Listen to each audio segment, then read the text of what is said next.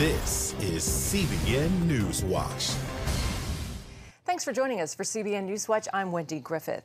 We begin with a major announcement involving the impeachment inquiry. Speaker Nancy Pelosi announced today that the House is moving forward to draft articles of impeachment against President Donald Trump. Mark Martin joins us now with more. Mark. Wendy, Pelosi delivered the announcement in a solemn tone, referring to the Constitution and the Founding Fathers. Democrats are pushing toward a vote which could possibly happen before Christmas. Pelosi stated the president's actions have seriously violated the Constitution. He is trying to corrupt once again the election for his own benefit. The president has engaged in abuse of power, undermining our national security and jeopardizing the integrity of our elections. The impeachment inquiry centers around a July phone call the president had with the president of Ukraine, in which Trump allegedly pressed the Ukrainian president to investigate Democrats and political rival Joe Biden. The facts are uncontested. The president abused his power for his own personal political benefit. The president leaves us no choice but to act. Meanwhile, White House counselor Kellyanne Conway labeled the impeachment process ill-conceived and illegitimate and said it will continue to be. If you're going to do something as serious and as unusual, indeed somewhat unprecedented as impeaching a president of the United States, you can't rush it, and you can't lower the bar, and you can't do it because he wasn't your preferred political candidate, or you don't like him, or you've promised your viewers, readers, or constituents that you would get rid of him as quickly as you can. None of that rises to the level of impeachment. So in that matter, yes, they're rushing it in that why haven't they built a case? Why haven't they built more facts? The answer to that is very easy, though. There are no more facts to build. If there were, we would have them. Earlier, President Trump tweeted the do-nothing Democrats had a historically bad day yesterday in the House. They have no impeachment case and are demeaning our country. But nothing matters to them. They have gone crazy. Therefore, I say, if you are going to impeach me, do it now fast so we can have a fair trial in the Senate and so that our country can get back to business. We will have Schiff, the Bidens, Pelosi, and many more testify and will reveal for the first time how corrupt our system really is. I was elected to clean the swamp, and that's what I am doing. Earlier today, I interviewed CBN News Capitol Hill correspondent Abigail Robertson about Speaker Pelosi's decision. Abby, thanks for joining us. Was Speaker Pelosi's move a surprise, or did both sides basically expect it? Oh, I would say this was very inevitable, especially after yesterday's hearing where we saw those three legal professors saying that President Trump's actions constitute an impeachable offense. And I would say everything we've seen this week. There was a meeting with the Democratic caucus earlier this week where Chairman Adam Schiff had a huge round of applause when laying out the Intelligence Committee report. And we know that House Speaker Nancy Pelosi has been constantly speaking to her members, gauging support for bringing forth these articles of impeachment. So all signs have pointed that this was very inevitable. She did not announce a timeline. Could we see a vote in the House before Christmas? Now, we could, but I would caution against assuming that that will be the case because, as you just mentioned, they have not laid out a specific timeline. And procedurally, these things do take a lot of time, and we are running out of time before Christmas, and they still have to fund the government by December 20th. And the last thing Democrats want is the government to shut down and Republicans to argue that Democrats were so concerned with impeaching the president that they didn't fund the government. So we could see this drag on into the new year. Now, that being said, we know that House members have been told to, at least House Democrats have been told to plan to stay in Washington through this weekend, and that all members have been told that they will not be sent home until about December 22nd, which is pushing back that timeline. So they are definitely buying themselves times, but I wouldn't say it's a done deal yet that this will be wrapped by Christmas. Will the Democrats expand the articles of impeachment beyond the president's Ukraine phone call? Now, that is the burning question right now, Mark. So we saw hints of that in yesterday's hearing, but we've been hearing that vulnerable Democrats, those that are going to have very tough elections in 2020, are cautioning their leadership against throwing in the kitchen sink with these articles of impeachment. We've heard that they've warned them that they do not want to relitigate the Mueller investigation. But what we could see is that there are multiple articles of impeachment, and perhaps there will be just varying support for the different articles. Now, Speaker Pelosi said in the past that impeachment should be bipartisan, but a couple of Democrats voted against impeachment the last time. Do you think a few Democrats are going to defect again, and will any Republicans support impeachment? Mark, I would not be surprised if we do see a few Democrats not vote with their party on this and vote against impeachment. Now, right now, all Republicans seem very unified. We have not seen any of them come out and say that they are going to vote with Democrats. So I would expect to see almost exactly what we saw when on the vote to move forward with the impeachment inquiry. And that is all Republicans voted against it. A few Democrats, as you said, defected. But, you know, a lot can change. We could see more witnesses come forward. But I would also point out that right now there are Democrats, when interviewed, who are not confirming yet that they are going to vote for the articles of impeachment. So it's going to be very interesting. But I think the situation you just presented is what's most likely to happen at this point. All right. Our Capitol Hill correspondent, Abigail Robertson, thank you so much for your time. Thank you. In other news, a major investigation is underway at Pearl Harbor Naval Shipyard in Hawaii.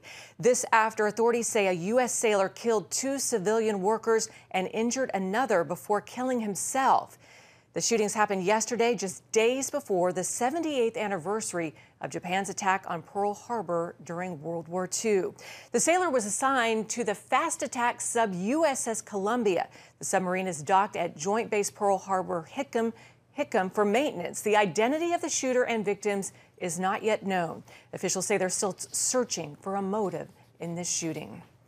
And you can be sure to catch up on the latest from our nation's capital tonight on Faith Nation. You can watch it right here on the CBN News Channel. A House Oversight panel questioned a top official at the FDA about why the Trump administration has not implemented a plan to ban flavored e-cigarettes. A major survey on tobacco use among America's youth reveals that vaping continues to grow dramatically. The survey shows current e-cigarette use had risen to 27.5% among high school students and 10.5% among middle schoolers. But the director of the FDA Center for Tobacco Products told lawmakers they are taking preventative measures to protect youth. We are committed to doing everything we can to prevent kids from using tobacco products. And as I stated at the outset, we will continue to develop a policy approach that aligns with that concern. President Trump has reportedly backed away from a proposal to ban e-cigarettes after advisors reportedly told him the ban could cost him votes with adults who vape. Well, Israel appears headed to a third round of elections in less than a year. CBN Middle East Bureau Chief Chris Mitchell tells us what it all means. Well, it's the latest twist in the saga of Israel's political leaders trying to form a government. Avigdor Lieberman, the head of the Israel Beitenu party, says elections are now unavoidable. He says he won't join either a narrow government or a unity government. His 8 seats are pivotal to create any coalition to get to at least 61 seats in the 120-seat Knesset. Both Prime Minister Netanyahu and his chief political rival, Benny Gantz, were not able to form a government. And now lawmakers have until December 11th for anyone to put together a government. After that, elections are inevitable, and Israelis would go to the polls early next year. It would mark the first time Israelis have had to vote in 3 national elections within a year. And the concern for many is that the results of the next election won't be much different than the last 2. I'm Chris Mitchell, CBN News, Jerusalem. Thanks, Chris. Iran is putting short-range ballistic missiles in Iraq. That's according to U.S. military intel sources in the New York Times. The paper reports it's part of Iran's efforts to intimidate the Middle East and assert its power. Discussing the threat with Israeli Prime Minister Benjamin Netanyahu, Secretary of State Mike Pompeo says the people of Iran and neighboring nations are tiring of the Islamic regime. in this time where there are anti-Iran protests taking place in Baghdad, anti-Iranian protests taking place in Beirut, and we all know what's going on in Iran itself. These are people that are seeking freedom and a reasonable way to live, and they recognize the threat that is posed by the kleptocrats that are running the Islamic Republic of Iran. At the recent NATO summit, President Trump says the U.S. stands with protesters in Iran. Well, another Middle East crisis addressed at the NATO summit, the role of Turkey and the strain it's putting on the alliance. Some say it's time for Turkey to go. But as Chris Mitchell reports, the regime still has strong support from President Trump. Turkey joined NATO in 1952, but during the NATO meetings, French President Macron wondered whether Turkey should continue to be part of the alliance. How is it possible to be a member of the alliance, to work with all of us, to buy our materials, to be integrated, and to buy the S-400 from Russia? Technically, it is not possible. Earlier, Macron said NATO suffered brain death in part because President Trump pulled out of Syria without consulting his NATO allies, and because of Turkey's invasion of northeast Syria. When I look at Turkey, they now are fighting against those who fight with us, who fought with us, shoulder to shoulder against ISIS. And sometimes they work with ISIS process. This is an issue, and this is a strategic issue. Yet during the summit, President Trump defended Turkey. Well, I can only say we have a very good relationship with Turkey and with President Erdogan. I do. I can't speak for the president of France. I mean, we have a very good relationship. Middle East expert Seth Frantzman believes Turkey came to the summit with a strategy. It tried to kind of blackmail NATO and say, we're not going to approve any other things that NATO's doing unless you agree with what we're doing in Syria. Frantzman says President Erdogan saw President Trump as an ally. I think Turkey went there kind of expecting Donald Trump and the U.S. administration to be very sympathetic, because it's kind of cast a spell over the administration by claiming that the former administration under Obama had not given it Patriot missiles and things like that, and therefore Turkey has a right to buy Russian missiles. Many have criticized Erdogan's invasion of northeast Syria after atrocities like this one, where Turkish-backed soldiers killed 12, including 8 children, in a mortar attack. It's why Kurdish protesters took to the streets of London during the summit. NATO is still supporting him. The UK is still selling arms to him. America is still supporting him, and we need help because we don't have any power ourselves. Some believe Erdogan's strategy is to hold European leaders hostage with the threat of flooding the continent with millions of refugees, while at the same time pursuing his goal of ethnic cleansing along the Turkish-Syrian border. Chris Mitchell, CBN News, Jerusalem. Thank you, Chris. Coming up, a law in New York forces pro-life crisis pregnancy centers to hire workers who actively support abortion. We'll hear from a religious freedom advocate about how government hostility toward pro-life and religious groups is growing in the Empire State. Introducing the CBN Bible from CBN.com. Now, an easier way to study the Bible and grow in your faith. Highlight your favorite verse. Read separate versions at a glance. Click and read a commentary. Or cross-reference your favorite verse using the Strong's Concordance. All the right tools to study the Bible, all in one place. The CBN Bible, available at cbn.com/Bible or the iTunes App Store. This is CBN NewsWatch. Thanks for joining us. Watch breaking news, exclusive stories and programs, credible news reporting. We show you what's happening in the world and how you can pray about it. This is CBN NewsWatch, because truth matters.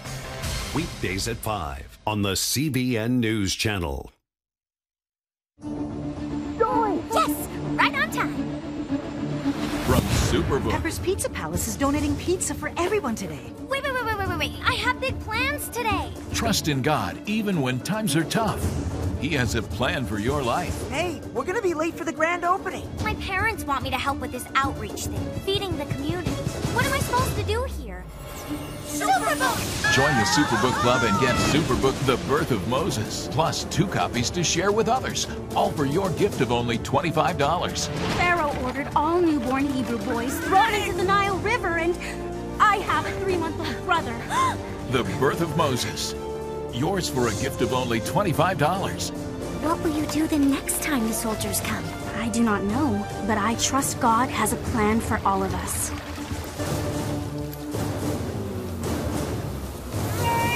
Superbook Club members free streaming for seasons 1, 2, and 3 is now available. Religious freedom under fire in New York. Governor Andrew Cuomo recently signed legislation that forces pro-life crisis pregnancy centers and religious advocacy groups to hire workers who actively support abortion. On this week's episode of The Global Lane, Denise Harley of the Alliance Defending Freedom says government hostility toward pro-life and religious groups is growing in New York. So, Denise, we saw people cheer with shouts of joy when Governor Cuomo signed a bill last year allowing abortion in New York State right up until birth. Remember that one? Well, now this. Please explain what the new law means for pro-life and religious groups. That's right. This is the third in a series of very pro-abortion laws that New York has passed this year. This one just comes down to the fact that all Americans are free to live and work according to their beliefs. But what New York has done is decided that the state government is going to force faith-based and religious organizations to hire people that disagree with their pro-life views. And that's unconstitutional. Well, it seems that this is really advocacy on the part of the state of New York. So pro-life and religious groups were not exempted from this law. Why weren't they exempted? Because that's who New York was targeting. New York is demeaning religious organizations, churches, and pro-life groups, and essentially saying that your good faith difference of opinion has no business here.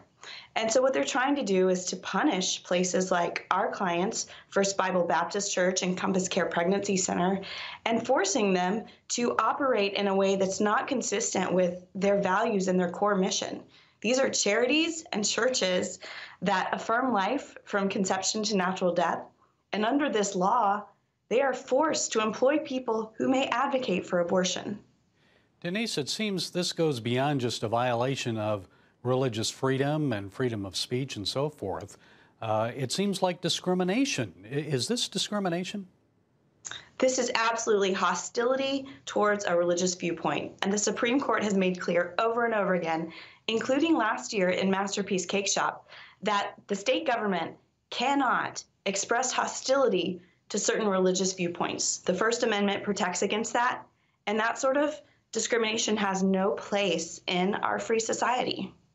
What are the ramifications then for the rest of the country? How likely might we see similar legislation in other states?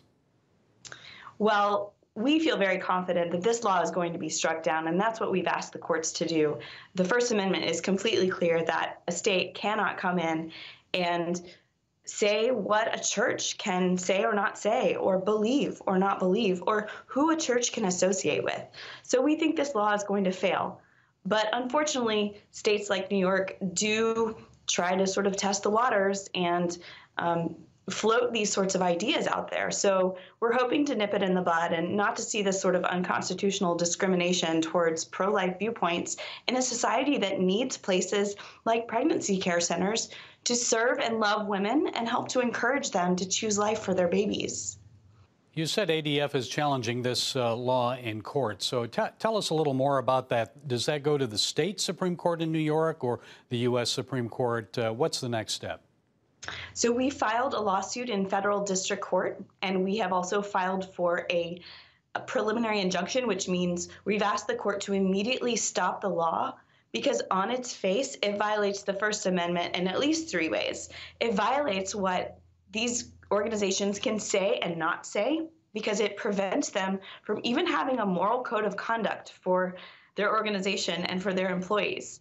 It violates their free exercise of religion because it prevents them from living out their beliefs by forcing them to essentially endorse and associate with beliefs they don't believe in. And 3, it violates their free association under the First Amendment because it says who they can and can't hire and employ. So those are the grounds for our complaint, and we're hoping for a fairly swift resolution in the federal district court. Okay, Denise Harley, please keep us posted on how this progresses. You're with the Alliance Defending Freedom. Thank you so much for those insights. Very well. Thanks, Gary. And be sure to watch the Global Lane tonight at 9:30 Eastern with Gary will have much more only on the CBN News Channel. Well, coming up, you've heard the phrase separation of church and state, but a group of Christian activists have brought the message of the gospel to the center of government in America, Washington, D.C. We'll show you what it looks like when we come back.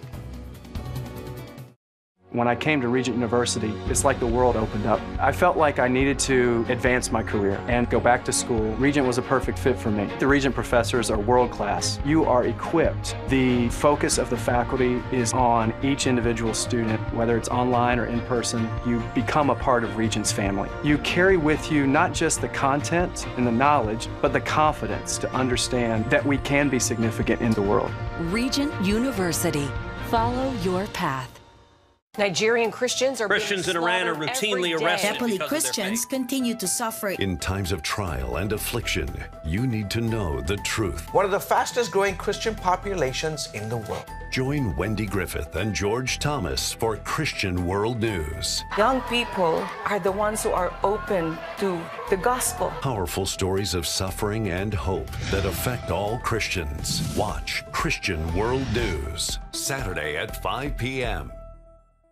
Get Protect Your Sleep and discover how to improve the quality of your life. A free DVD or booklet from the Christian Broadcasting Network.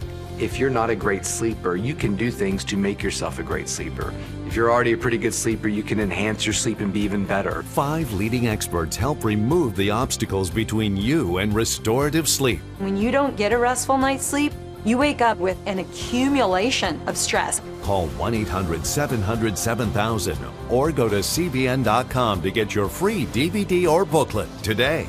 Everything you do better with a good night's sleep. You'll discover how food affects your sleep, how to put insomnia to rest, explore effective remedies for sleep apnea, and much more in Protect Your Sleep. Wake up to your best life and get Protect Your Sleep today. Call 1-800-700-7000 or go to CBN.com to get your free DVD or booklet. It has the power to influence weight loss, boost your immune system, and improve brain function. We've seen an explosion of data on the role of the gut microbiome in health. The free Build a Better Gut booklet reveals the latest information about the gut microbiome. You'll discover how your gut affects the rest of your health. The gut microbiome has been linked to depression and cancer and heart disease. Learn how to build a stronger, healthier gut. The microbiome, if it's in good composition, are really protecting us all the time from more invasive things. Get the Build a Better Gut booklet, free from the Christian Broadcasting Network. Call 1-800-700-7000 or go to cbn.com/buildabettergut. You need to make sure that your microbes are working with you, not against you. And if you order online, you'll get immediate access to the Build a Better Gut series, a digital copy of the booklet, and related bonus material. Build a Better Gut today. Call 1-800-700-7000 or go to cbn.com/buildabettergut for your free copy. For some in America, the separation of church and state means keeping all things God away from all things government.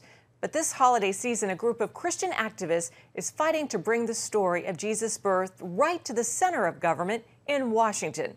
Paul Strand brings us that story from our nation's capital. Come on, fancy lady. You can get out without getting all the way out. So why would a camel be hanging out on Capitol Hill? Well, it's not just for the fun of the tourist. There's actually a big point to be made here about your religious liberty rights. Each year, Christian activists fighting for those rights go between the U.S. Supreme Court and the U.S. Capitol to put on a live nativity scene, including baby Jesus and all the players gathered around his manger more than 2,000 years ago. A lot of people forget it between the hustle, the bustle, all the stuff that goes, the politics on Capitol Hill. There's a reason that we do this. It's the reason for the season, and it's the birth of Jesus Christ. Some might complain the specific location of this nativity scene violates the separation of church and state. Lawyer Matt Staver of the Liberty Council says it really doesn't. There is no separation of church and state that requires the government to censor religious viewpoints in speech. And this is clearly the essential message of the Christmas season. Our First Amendment right gives us the right to get permits and to hold different events on Capitol Hill, and our event happens to be our outreach, which is the live nativity. Because he is the bread of life, heralded by the hosts of heaven. Participants simply prayed, worshiped, and read from the Bible, nothing else. We're not mixing politics in with this. We're not pushing any type of legislation. We're just letting you know what the truth time of the year is. And to share that with not only people here in the nation's capital, but people around the world will be surprised as they see a live nativity in front of the United States Supreme Court. Paul Strand, CBN News, Capitol Hill. Thanks, Paul, always bringing us such inspirational stories. Well, don't go anywhere. We'll be back. But before we go to the break, here's a look at what's trending on CBNNews.com.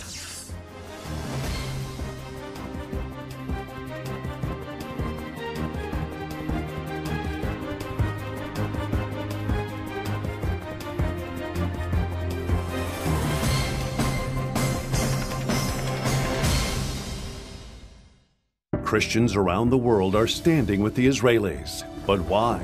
In CBN's free magazine, Friends of Israel, you'll discover why Christians are supporting the Jewish state, how Israel is fulfilling prophecy as a light to the nations, and ways you can pray for the people of Israel. Israel needs the support of friends like you. Call now or go to cbn.com to get your free copy of Friends of Israel. Heavenly Father, we do thank you for the work of your Spirit, Lord God, with this movement of getting the Bible, yes, Lord, into public schools.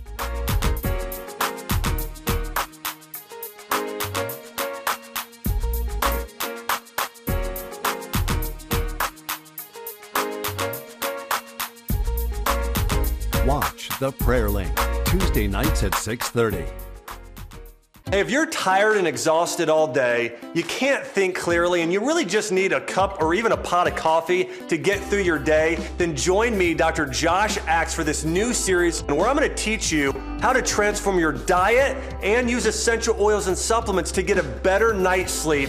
Protect your sleep and live your best life with innovative information from 5 leading sleep experts. If you're not a great sleeper, you can do things to make yourself a great sleeper. If you're already a pretty good sleeper, you can enhance your sleep and be even better. Discover a sleep-enhancing bedtime routine, how to put insomnia to rest, learn how to relieve pain that disturbs sleep, and much more in Protect Your Sleep. Everything you do better with a good night's sleep. Wake up to your best life. Call 1-800-700-7000 to get your free DVD or booklet of Protect Your Sleep today. Don't miss out on this brand new series. Brant Jean has been awarded for his awe-inspiring display of kindness towards the police officer who killed his innocent brother, Botham, last year. The 18-year-old made headlines in October for his emotional declaration of forgiveness in the courtroom to Amber Geiger after she was sentenced to 10 years in prison. In his testimony, he told Geiger, "I want the best for you. That's exactly what Botham would do or would want you to do. And the best would be to give your life to Christ. I love you as a person. I don't wish anything bad on you." Well, on Tuesday, Brant was given the 2019 Ethical Courage Award by the Institute for Law Enforcement Administration for his incredible forgiveness and kindness. Good for him. Well, that's it for this edition of CBN Newswatch. Please join us next time. Have a great day.